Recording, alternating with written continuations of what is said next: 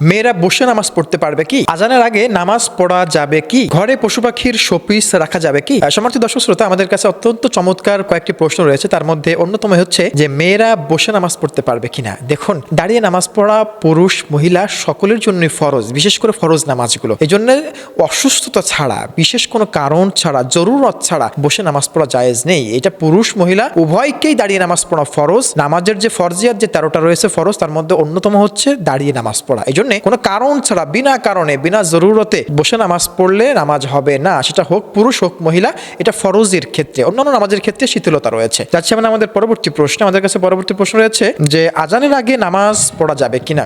অবশ্যই যাবে। আপনার মনে করেন যে যেমন জোহরের আজান হয় আমাদের দেশে সাধারণত 1টা বা 1:15, আর জোহর ওয়াক্ত শুরু হয় 12:05 বা 12:10। কোনো ব্যক্তি যদি চায় যে তিনি কয়েকজনকে নিয়ে আজান দিয়ে একামত দিয়ে, কিংবা তিনি কয়েকজনকে নিয়ে, কিংবা তিনি একাকেই, তার হয়তো বা তিনি সফরে আছেন কিংবা ব্যস্ত রয়েছেন, তিনি একাকি নামাজ পড়তে হচ্ছে তাকে, সেক্ষেত্রে তিনি চাইলেই তিনি 12:30টায় জোহরের নামাজ পড়তে পারবেন, কোনো আপত্তি নেই। নামাজের সঙ্গে আজানের সম্পর্ক নেই। নামাজের সঙ্গে সম্পর্ক হচ্ছে ওয়াক্তের। ওয়াক্ত হলে আপনি নামাজ পড়তে পারবেন। আজান অনেক জায়গায় আগে হয়, পরে হয়। আজানের সঙ্গে নামাজের সম্পর্ক সেরকমটা নয়। সম্পর্ক হচ্ছে ওয়াক্তের। ওয়াক্ত হয়ে গেলেই আপনি নামাজ পড়তে পারবেন। যাচ্ছে আমাদের পরবর্তী প্রশ্নে। পরবর্তী প্রশ্ন রয়েছে যে ঘরে পশু পাখির শোপিস রাখা যাবে কি না। কোনো প্রকার শোপিস রাখা যাবে না। সোফায় হোক, পর্দায় হোক, জানালাতে হোক, টেলিভিশনের পর্দা হোক, শোপিস হোক, কোনো প্রকার পশু পাখি প্রাণীর ছবি বা কোনো প্রকার শোপিস মূর্তি ঘরে রাখা যাবে না। সম্পূর্ণ হারাম। রাসূলুল্লাহ সাল্লাল্লাহু আলাইহি ওয়াসাল্লাম বলেছেন যে ঘরে আছে বা যেখানে আছে সেখানে কোনো প্রকার রহমতের ফেরেশতা প্রবেশ করবে না।